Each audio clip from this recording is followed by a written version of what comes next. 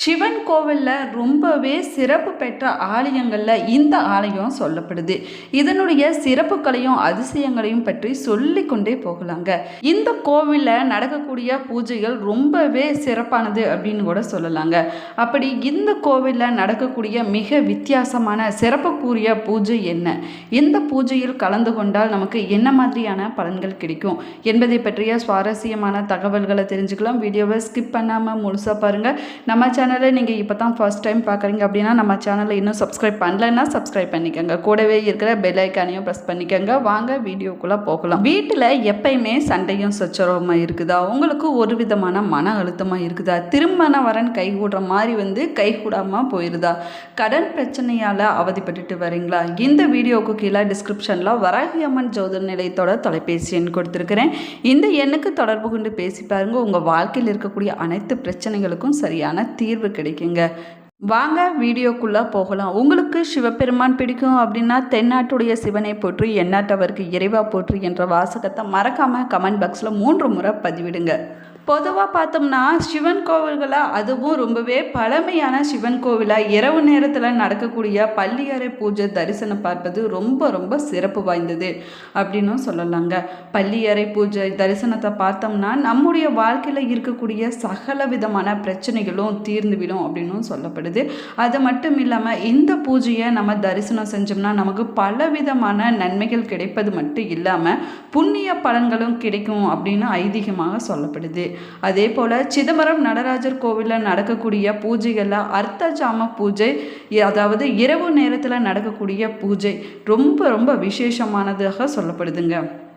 இந்த இரவு நேரத்தில் நடக்கக்கூடிய அர்த்த ஜாம பூஜையை நம்ம எல்லோருமே பார்ப்பது ரொம்ப ரொம்ப ஒரு அற்புதமான நிகழ்வாகவும் சொல்லப்படுது. இதை தரிசனம் செஞ்சாலே போதுங்க, நம்முடைய வாழ்க்கையில் வளமும் நலமும் கிடைக்கும் அப்படின்னும் சொல்லப்படுது.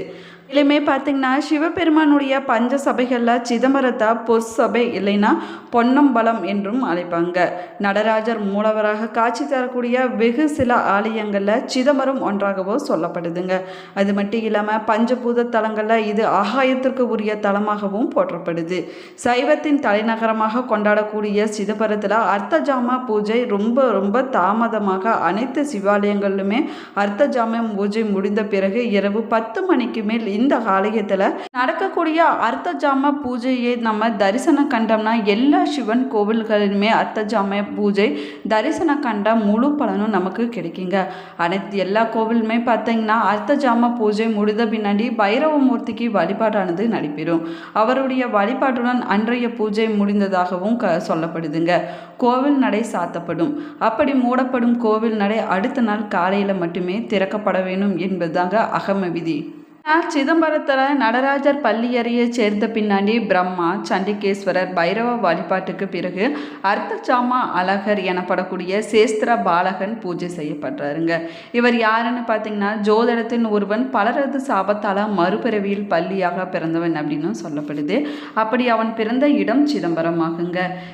சித் சபையில் கொடுங்கையில் வசித்த பள்ளிக்கு ஒரு புண்ணிய வாசத்தால் சிவபெருமான் மீது அதிக அளவு பக்தி உண்டானதான். நடராஜ பெருமானின் திருவருள் அவருக்கு பரிபூரணமாக கிடைத்ததால் அழகிய சிவகணமாக மாறக்கூடிய பேரு அவருக்கு கிடைத்ததாகவும் சொல்லப்படுது. கோவிலை இரவு நேரத்தில் காக்கக்கூடிய வேலையும் அவருக்கு கிடைத்திருக்குது. அவர் அர்த்த ஜாம அழகர் என்றும் அழைக்கப்படுறாரு.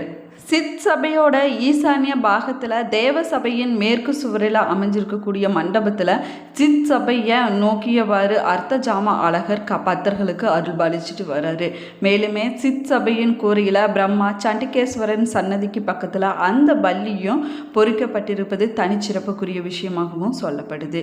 மேலுமே பார்த்திங்கன்னா அர்த்தஜாம அழகர் ஈஸ்வர அம்சம் என்றும் பைரவ அம்சம் என்றும் துவார தேவத அம்சம் என்றும் தர்மராஜா அம்சம் என்றும் பலவிதமான அம்சங்களில் இருப்பதாகவும் சொல்லப்படுது. அது மட்டும் இல்லாமல் தினந்தோறும் பார்த்திங்கன்னா பள்ளியறை பூஜை, பைரவ பூஜையை தொடர்ந்து அர்த்தஜாம அழகருக்கு வழிபாடானது நடைபெறுவது வழக்கமாகுங்க. அப்போது மனம் பொருந்திய தாம்பூலத்தை நெய்வேத்தியமாக செய்வாங்க. இவர் பள்ளி வடிவில் வழிபட்ட ஈஸ்வரன் பள்ளிகேஸ்வரர் என்ற பெயரில் 2ஆம் பிரகாரத்தில் தட்சிணாமூர்த்திக்கு பக்கத்தில் எழுந்தருளி இருக்கிறாரு. அர்த்தஜாம அழகரை வழிபட்டால் களவு போன, அதாவது தொலைந்து போன பொருட்கள் திரும்ப கிடைத்துவிடும் அப்படின்னு நம்பிக்கையாக சொல்லப்படுது. அது மட்டும் இல்லாமல் செல்வங்கள் நிலைத்து நிற்கும், கடன் பிரச்சனைகள் கடன் தொல்லைகள் அனைத்துமே தீர்ந்துவிடும், செல்வங்கள் சேர்ந்து கொண்டே இருக்கும் அப்படின்னு நம்பிக்கையாக சொல்லப்படுது. பஞ்சபூதங்களால் தான் இந்த பிரபஞ்சமே இயங்குதுங்க. பஞ்சபூதங்களில் ஆகாயம் அதாவது முதலில் தோன்றிய தலமாகவும் இந்த தலம் சொல்லப்படுது. அந்த வகையில் பஞ்சபூத தலங்களின் முதன்மையான தலமாகவும் சிதம்பரம் இருக்குது. பஞ்சபூத தலங்களில் மற்றும் பாடல் பெற்ற தலங்களை வழிபட விரும்பக்கூடியவங்க சிதம்பரத்திலிருந்து தொடங்குவது இன்னுமே சிறப்பான பலன்களை கொடுக்கும். வைணவ கோவில்கள் என்றால் ஸ்ரீரங்கத்தை குறிப்பது போல சைவத்தில் கோவில் என்றால் சிதம்பரம் நடராஜரை குறிக்குதுங்க. சிதம்பரம் நடராஜர் ஆலயம் சுமார் 40 ஏக்கர் பரப்பளவில் பிரம்மாண்டமாக அமைந்திருக்கக்கூடிய திருக்கோவிலாகும். பார்த்தீங்கன்னா சிதம்பரம் நடராஜர் கோவில் மூர்த்தி, தலம், தீர்த்தம் போன்ற 3 பெருமைகளையும் கொண்டதாகும். சிதம்பரம் நடராஜரை எல்லா கடவுள்களும் வந்து வழிபட்டு பேறு பெற்றதாகவும் சொல்லப்படுது. இதை உணர்த்தும் வகையில் நடராஜர் ஆலயம் முழுவதும் ஏராளமான சன்னதிகள் அமைஞ்சிருப்பது தனிச்சிறப்புக்குரிய விஷயமாகவும் சொல்லப்படுது. நடராஜர் கோவிலில் பார்த்தீங்கன்னா தினமும் 27 லிங்கங்களுக்கு அபிஷேக ஆராதனைகள் நடத்தப்படுவது வழக்கமாகும்.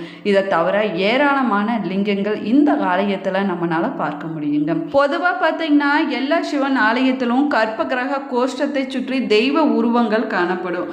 ஆனால் சிதம்பரம் நடராஜர் கோவிலில் மட்டும் அத்தகைய அமைப்பு இல்லைங்க. மேலுமே பார்த்தீங்கன்னா திருவண்ணாமலை போல யமன், சித்திரகுப்தர் 2 பேருமே வந்து சிதம்பர தலத்திலையும் வழிபட்டு சென்றதாகவும் சொல்லப்படுது. இதை உறுதிப்படுத்தும் வகையில் பிரகாரத்தில் யமனுக்கும் சிவகாமி அம்மன் சன்னதி பகுதியில் சித்திரகுப்தருக்கும் சிலையானது அமைக்கப்பட்டிருப்பது சொல்லப்படுது. இங்கே இருக்கக்கூடிய 4 கோபுரங்களுமே சிறப்பு களஞ்சியங்களாக இருக்குதுங்க. கிழக்கு கோபுரம் ஆடல் கலையின் அனைத்து அம்சங்களையும் கொண்டிருப்பது தனிச்சிறப்புக்குரிய விஷயமாகவும் சொல்லப்படுது.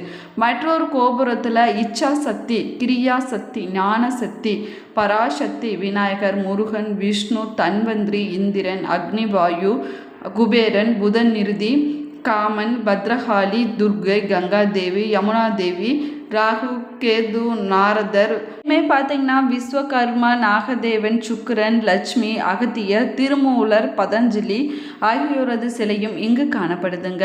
நீங்கள் தமிழ்நாட்டில் எந்த ஒரு சிவன் கோவிலுமே பார்க்க முடியாதபடி சிதம்பரம் கோவிலில் மட்டும் அரிய வகை வித்தியாசமான சிவ வடிவங்களை உங்களால் பார்க்க முடியுங்க. தமிழை மொழியை மட்டும் இல்லாமல் தமிழர் பண்பாட்டு கலாச்சாரத்தை பாதுகாக்க சிறப்பும் சிதம்பரம் ஆலயத்திற்கு இருக்குதுங்க. அதே போல் சிதம்பரம் தலத்தை பற்றி 4வரும் புகழ்ந்து பாடியிருக்கிறாங்க. எனவே தான் திருஞான சம்பந்தர், திருநாவுக்கரசர், சுந்தரர், மாணிக்கவாசகர் போன்ற 4வருக்கும் குரு பூஜை பெரிய திருவிழாவாக இந்த தலத்தில் கொண்டாடப்படுவது வழக்கமாகும். மாணிக்கவாசகர் மட்டுமின்றி நந்தனார், கணம்புள்ளர், திருநீலகண்டர், குயவர் ஆகியோரும் தில்லையில் முக்தி பெற்றதாகவும் சொல்லப்படுது. அது மட்டும் இல்லாமல் சிதம்பரத்தில் நடக்கும் திருவிழாக்களில் திருவாதிரை திருவிழா ரொம்ப ரொம்ப முக்கியமானதாகும். அன்று ஒரு வாயாவது திருவாதிரை களியை நம்ம சாப்பிடுவது மிகப்பெரிய ஒரு புண்ணியத்தை கொண்டு வந்து சேர்க்குங்க. ஒவ்வொரு ஆலயத்திற்கும் ஒரு தல புராணத்தை சிறப்பாக சொல்லுவாங்க. ஆனால் சிதம்பரம் ஆலயத்துக்கு புலியூர் புராணம், கோவில் புராணம், சிதம்பர புராணம் என்று 3 தல புராணங்கள் இருப்பதாகவும் சொல்லப்படுது. சங்ககால தமிழர்கள் கட்டிய சிதம்பரம் ஆலயம் பார்த்தீங்கன்னா சிவகங்கை தீர்த்த குளம் 4 புறமும் நல்ல படிக்கட்டுகளுடன் அமைக்கப்பட்டிருப்பது இது போன்று தமிழகத்தில் வேறு எந்த ஆலயத்திலுமே பார்க்க முடியாது. சிவகங்கை தீர்த்த குளம் பக்கத்தில் சிறு தூணை நட்டிருக்கிறாங்க. அங்கிருந்து பார்த்தாங்கன்னா 4 கோபுரங்களையும் ஒன்றாக தரிசனம் செய்ய முடியும் அப்படின்னு சொல்லப்படுது. இந்த தளத்தில் இருக்கக்கூடிய பெருமானுக்கு சபாநாயகர், கூத்தப்பெருமான், நடராஜர், விடங்கர், மேருவிடங்கர், தட்சிணமே விடங்கர், பொன்னம்பலம், திருச்சிற்றம்பலம் என்றெல்லாம் சிறப்பு பெயர்கள் இருக்குதாகவும் சொல்லப்படுதுங்க. சிதம்பரத்தில் நடராஜர் ஆனந்த நடனம் ஆடிய இடத்தை சிற்றம்பலம் என்றும் சொல்லுவாங்க. இதை சித் சபை என்றும் அழைப்பாங்க. திருவாதிரை என்று தாமரை, செட்பகம், அத்தி போன்ற மலர்களை பயன்படுத்தி பூஜை செய்தோம்னா நடராஜருடைய முழுமையான அருளை நம்மளால் பெற முடியுங்க. இந்த ஆலயத்தில் நடராஜருக்கு தினமும் 6 கால பூஜைகள் நடத்தப்படுது. சிதம்பர ரகசியம் என்று சொல்லக்கூடிய பகுதியில் வில்வத்தலம் தொங்கும் காட்சியை பார்த்தால் முத்தி நிலையானது கிடைக்கும். இதைத்தான் பார்த்தா முத்தி தரும் தில்லை என்றும் சொல்லுவாங்க. சிவபெருமானுக்கும் காளிக்கும் நடந்த நடன போட்டி திருவலாங்காட்டில் நடந்ததாகவும் ஆனால் தில்லைக்கு சிறப்பு ஏற்பட்டதாகவும் அந்த வரலாறு சிதம்பரத்திற்கு மாற்றிவிட்டதாகவும் சொல்லப்படுது. இந்த பதிவு உங்களுக்கு பயனுள்ள தகவல்களை கொடுத்துருக்குன்னு நினைக்கிறேன். இந்த பதிவு உங்களுக்கு பிடிச்சிருந்தால் லைக் பண்ணுங்கள், ஷேர் பண்ணுங்கள், கமெண்ட் பண்ணுங்கள். இன்னும் நம்ம சேனலை சப்ஸ்கிரைப் பண்ணாமல் இருந்தீங்கன்னா சப்ஸ்கிரைப் பண்ணிக்கோங்க. கூடவே இருக்கிற பெல் ஐக்கானையும் ப்ரெஸ் பண்ணிக்கோங்க. Thank you friends.